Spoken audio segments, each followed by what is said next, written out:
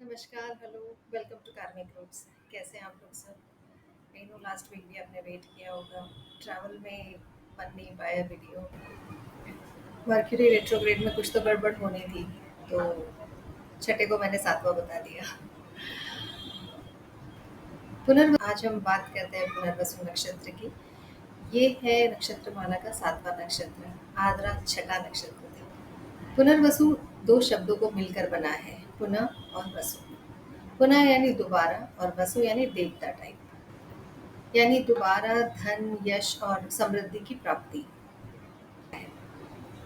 ये नक्षत्र गुरु बृहस्पति देव का नक्षत्र है और इसमें जन्मे लोग भी गुरु की भांति ज्ञानी, तोलमोल के बोलने वाले, गंभीर, शांत, सहज स्वभाव वाले और दयालु, परोपकारी, न्यायप्रिय होते हैं। Basically spiritual type. इन लोगों को कभी कोई जटिल बीमारी हो भी जाए तो ईश्वर की कृपा से वो बहुत जल्दी उससे बाहर आ जाते हैं। पुनर्वसु में प्रकृति और पुरुष दोनों तारे समाहित हैं और कहते हैं इस नक्षत्र में जन्मे लोगों का कोई भी काम पहली बारी में नहीं होता, सेकेंड अटेम्प्ट में होता है, which means they should not lose heart in their first failure of attempt। Punarvasu नक्षत्र बुध के अधिपति की राशि मिथुन का हिस्सा होने से जातक के स्वभाव में व्यापारी वाले गुण सहज ही आ जाते हैं। मतलब ये लोग अपना हित अनदेखा नहीं करेंगे, पर कभी कभी जरा सी असफलता इन्हें डिमोटिवेट कर देती है, जिसका इन्हें ध्यान रखना है। और क्योंकि इसकी अधिष्ठात्री देवी देवी अदिति है, जो कि देवताओं की माता भी है, तो ये दूसरों के प्रति संवेदना या प्रेम का भाव भी इनमें कूट कूट के भरा होता है। पुनर्वसु के पहले तीन जोन्स मिथुन में यानी बुध के आधिपत्य में आते हैं और बाकी एक जोन कर्क राशि में आता है, यानी चंद्रमा के आधिपत्य में। चंद्रमा है तो इमोशंस भी है, बट कैंसेरियंस इमोशनल जरूर होते हैं, पर उनके फैसले बहुत प्रैक्टिकल ग्राउंड्स पे होते हैं। पुनर्वसु आकाश प्रधान नक्षत्र है, तो इस नक्षत्र के जन्मे जातकों को वात दोष भी होता है और फर्स्ट जोन वाले मोस्टली टीम लीडर टाइप्स होते हैं। एक भीड़ को साथ में लेकर चलना और उन्हें डायरेक्शन देना इन्हें बहुत बखूबी आता है। सेकेंड जोन वाले मोस्टली रेस्टोरेंट ओनर्स या कैफेटेरियाज ओन करने वाले या कुछ बिजनेस वेंचर्स जो मोस्टली फूड रिलेटेड बिजनेस हो, उनसे ज़्यादा प्रभावित होते हैं। और थर्ड जोन वाले मोस्टली मेंटल हार्ड वर्क ज़्यादा करते हैं। सीए हो गया, रिसर्चर्स हो गए, साहित्यकार हो गए, या ज्योतिष या राइटर्स। मतलब उनकी कल्पना शक्ति भी बड़ी एक्स्ट्रॉर्डनरी होती है। और फिर आता है फोर्थ जोन वाले। फोर्थ जोन वाले एक्स्ट्रा ब्लेस्ड होते हैं। I mean nearer to moon का नक्षत्र, तो मून की राशि तो सबसे शुभ पार्ट ऑफ दिस नक्षत्र कहलाते हैं वो, और सारे गुणों का समागम एक में होता है। मनोवैज्ञानिक या बिग पब्लिशर्स या बिग बिजनेसेस या इंपोर्ट एक्सपोर्ट के बिजनेसेस या टेलीकॉम फील्ड या मंदिर के रख रखाव वाले businesses, and they are very good consultants also.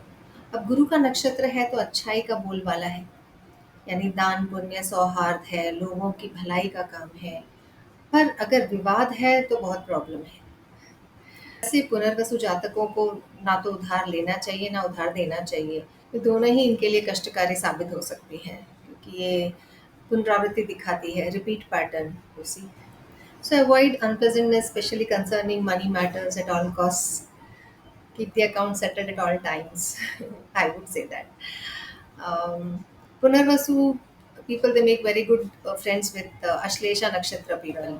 वैसे भगवान श्री राम का जन्म भी पुनर्वसु नक्षत्र में हुआ है, तो आप भी देख लीजिए। कोमल हृदय, कठोर फैसले और चट्टान जैसी इच्छा शक्ति, दुश्मन के प्रति भी पहले दयालु और फिर संहार, और पत्नी के प्रति इतना प्रेम कि समंदर में बांध बांध दिया उन्होंने। More of a Caesarean effect you see. वैसे ही इस नक्षत्र में जन्मे अलग अलग सेगमेंट्स में और भी लोग हैं, जैसे कि एक्स का इलेक्शन कमिश्नर हमारे टी.एन. शेषन साहब, और अभिनेत्री Meena Kumari, businessman Steve Forbes, महर्षि रमन, और सूर्यकांत त्रिपाठी निराला जो कवि हैं। अब आते हैं इस नक्षत्र के हिस्से में जन्मे लोगों के किस जन्म में हुए घृणित या किसी जन्म में हुए घृणित या निकृष्ट कर्मों पर, और जो कि कर्म संहिता बताती है। कर्म संहिता भगवान शिव और माँ पार्वती के बीच का संवाद है, अलग अलग नक्षत्रों में जन्मे जीवों के निकृष्ट कर्म और उनके भुगतान को बताता है। भगवान शिव पार्वती से कहते हैं कि अये निराश च परद्रव्यम हरन्ति सदंतम प्रिय ते नरा दुखिता यान्ति रोगेन च प्रपीडिता। यानी जो मनुष्य दूसरों का धन हरता है या दूसरों का धन ले लेता है, सदैव रोग से दुखी और पीड़ित रहता है। ऋणम यस्य गृहीतं वै तद ऋणम न ददाति च ऋण संबंधा तो देवी पुत्रो भवति दारुणा। यानी जिसने किसी से ऋण यानी उधार लिया हो और उसे वापस चुकाया न हो, तो उसे दुख देने वाली संतान उत्पन्न होती है। और अगर किसी मनुष्य का समस्त धन नष्ट हो जाए और उसे ऐसा रोग हो जाए जो संतान उत्पत्ति में बाधा करता हो, तो समझ जाना चाहिए कि उसने पूर्व जन्म में यानी कन्या घात किया था, कन्या भ्रूण की हत्या की थी। See, female infanticide is not permissible and promoted in our shastras also. तो पहले जोन की कहानी पे आते हैं। अवंतीपुर नगर में एक वसंतपुरी नाम की अत्यंत सुंदर नगरी थी, जहाँ पे और लोगों के साथ एक नंदन नाम का अहीर भी रहता था। अहीर यानी चरवाहा, गाय भेड़ बकरी चराने वाला। और उसकी पत्नी का नाम सुंदरी था। यथा नाम तथा गुण। दोनों पति पत्नी काफी कंजूस प्रकृति के थे। उनका एक मित्र था जो उसी नगरी में रहता था। वो वेदों में पारंगत था और बहुत धनी था। जब ये ब्राह्मण मित्र बूढ़ा हुआ, तो वो अपना गांव छोड़कर अकेला होने के कारण अपने मित्र के गांव नंदन के पास आ गया और उसी के साथ रहने लगा। काफी समय बीत जाने पर इस धनी ब्राह्मण का धन नंदन ने पहला फुसला कर ले लिया और उसे वापस नहीं दिया। मित्र घात से दुखी होकर ब्राह्मण मित्र काशी चला गया और वहां उसने अपने प्राण त्याग दिए। नंदन ने कई साल इस धन का भोग किया और जब मृत्यु आई तो यमराज ने नंदन को 60,000 वर्ष तक नरक की यातनाएं भोगने के लिए उसे नरक में डाल दिया। उसके बाद उसे 1000 वर्ष तक प्रेत की योनि झेलनी पड़ी और उसके बाद उसे धरती पर उल्लू की योनि मिली। उल्लू की योनि के बाद उसे सरयू नदी के किनारे मध्य देश में मनुष्य का जन्म मिला और उसका जन्म पुनर्वसु नक्षत्र के पहले चरण में हुआ। वो राज दरबार में था और काफी संपन्न था। उसने किसी जन्म में 100 गायों का दान दिया था और इसी वजह से वो काफी संपन्न हुआ और कई संतानों का पिता भी हुआ। अपने पिछले जन्म के पाप के कारण उसकी अति प्रिय एक संतान की मृत्यु हो गई। इसी पाप का प्रायश्चित भगवान शिव ऐसे बताते हैं कि उसे अपने धन का 8वां भाग दान में देना चाहिए और 3 लाख गायत्री मंत्र या जातवेद 100 मंत्र का जप करना चाहिए और माँ चामुंडा की पूजा करनी चाहिए। इसके साथ उसे 30,000 मंत्रों की आहुति सहित यज्ञ भी करना चाहिए और 17 पल सोने की मूर्ति बनाकर उसे 10 पल चांदी की चौकोर वेदी बनाकर उस पर स्थापित करना चाहिए और उस वेदी पर उस ब्राह्मण और पुत्र सहित बनाई प्रतिमा को स्थापित करना चाहिए और उसका पूजन करना चाहिए और भगवान शिव से और माँ भगवती से अपने दुष्कर्म की क्षमा याचना करनी चाहिए। उसे किसी वेद पाठी ब्राह्मण को ये मूर्ति दान में देनी चाहिए। इसके साथ एक नारियल में 5 रत्न डालकर उसे गंगा नदी में बहाना चाहिए और हर शनिवार को पीपल की पूजा करनी चाहिए। पीपल में साक्षात नारायण का वास बताया गया है और जहाँ भी शनि देव का मंदिर होगा वहाँ आप देखेंगे कि पीपल का वृक्ष अक्सर होता ही है। मानो भगवान विष्णु कर्मों के देवता को कह रहे हों कि थोड़ा कम कठोर रहा करो मनुष्यों पर। आते हैं सेकंड जोन की कहानी पर। अवंतिकापुरी से पूर्व में एक ग्राम है लक्ष्मणपुर, जहाँ वैदिक कर्मों को जानने वाले लोग रहा करते हैं। वहाँ एक सुनार रहता था दामोदर और उसकी पत्नी का नाम था प्रभावती। दामोदर स्वयं विष्णु भक्त था और उसकी पत्नी सज्जनों की सेवा करती थी। दामोदर के 2 पुत्र थे, अति गुणशाली और पितृभक्त। एक बार किसी रोषवश दामोदर ने अपने एक पुत्र की पिटाई करी, जिसकी वजह से उसके पुत्र की एक आंख चली गई, यानी वो एक आंख से अंधा हो गया। एक बार दामोदर के घर से कुछ दूरी पर एक चरवाहिन रहने आई और उसके भी 2 संतानें थी, एक जुआरी तो दूसरी चोर। चोरी कर करके उसने कई गायें इकट्ठी करी और बहुत ज्यादा धनी हो गया। दामोदर ने चरवाहिन को अकेला देखा तो दयावश सहानुभूति पूर्वक उसे अपने घर ले आया और कुछ समय बाद गांव में किसी ज्वर के फैलने की वजह से वो चरवाहिन और उसके दोनों पुत्रों की मृत्यु हो गई और जितना धन चरवाहिन के पास था वो सारा दामोदर के पास रह गया। दामोदर ने चुपचाप बिना उस धन का दान किए उस धन को आजीवन भोगा और जब मृत्यु आई तो दोनों पति स्वर्गलोक से धारे। स्वर्ग में 5000 साल तक सुख भोगने के बाद उनका जन्म फिर से मनुष्य योनि में धरती पर हुआ। फिर से उसी पत्नी के साथ उसका विवाह हुआ और अपने पिछले किए कर्मों के कारण उसका एक नेत्र ज्योतिहीन था। उसने पिछले जन्म में अपनी शरण में आए चरवाहिन का धन बिना दान किए भोगा था, और जिसके चलते उसके इस जन्म में कई संतानों में से एक संतान की ज्वर से मृत्यु हो गई। जब उसने किसी वेद पाठी ब्राह्मण से उपाय पूछा और ब्राह्मण ने बताया कि ये दोष अगली पीढ़ी में न जाए, इसके लिए उसे कुछ उपाय करने होंगे। गायत्री मंत्र का 5 लाख का जाप करवाना होगा और उसका दशांश यानी 50,000 आहुति का यज्ञ करवाना होगा और त्र्यंबकम यजामहे मंत्र का जप भी करना होगा।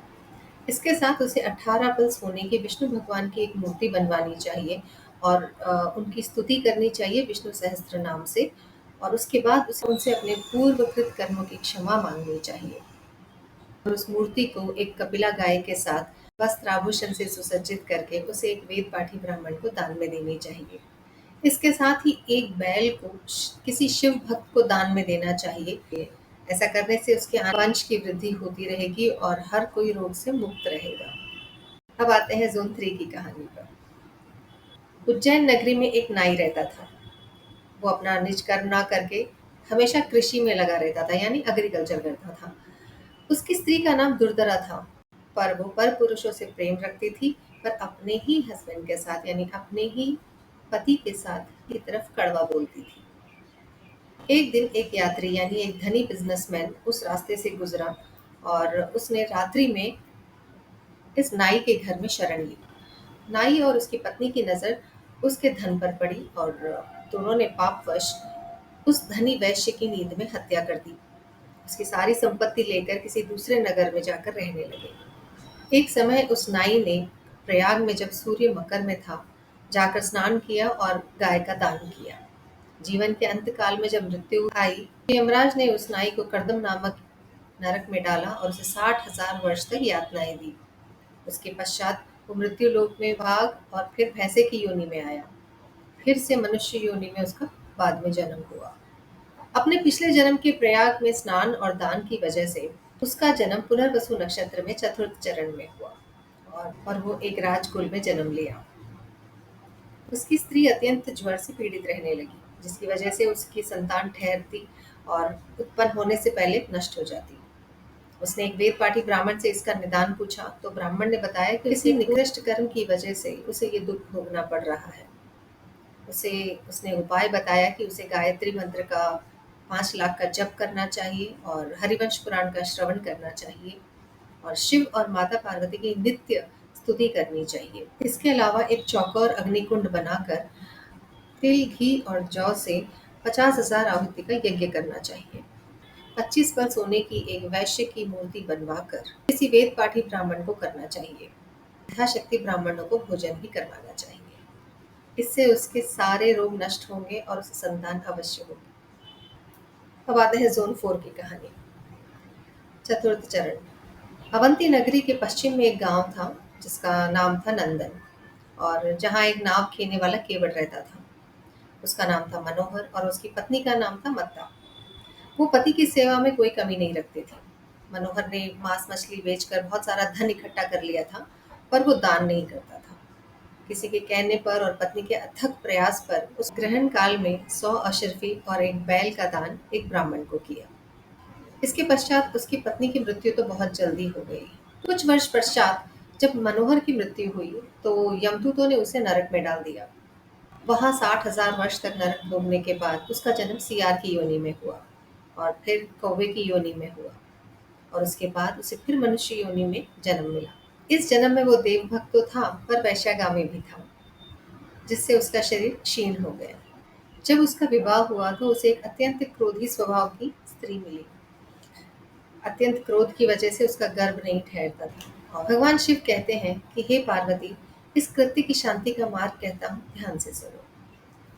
इस जातक को हरिवंश पुराण का नित्य श्रवण करना चाहिए, दिन में 3 बार, और 5 लाख का गायत्री मंत्र का जप करना चाहिए और 50,000 आहुति वाला यज्ञ करना चाहिए और किसी एक गाय को अच्छे से वस्त्र आभूषण से सुसज्जित करके उसे चांदी और सोने के आभूषणों से सजाकर अपने पापों की क्षमा मांगते हुए किसी वेद पाठी ब्राह्मण को दान में देना चाहिए। उसे 10 पल स्वर्ण की सूर्य की प्रतिमा बनाकर उसे इन मंत्रों से पूजा करना चाहिए।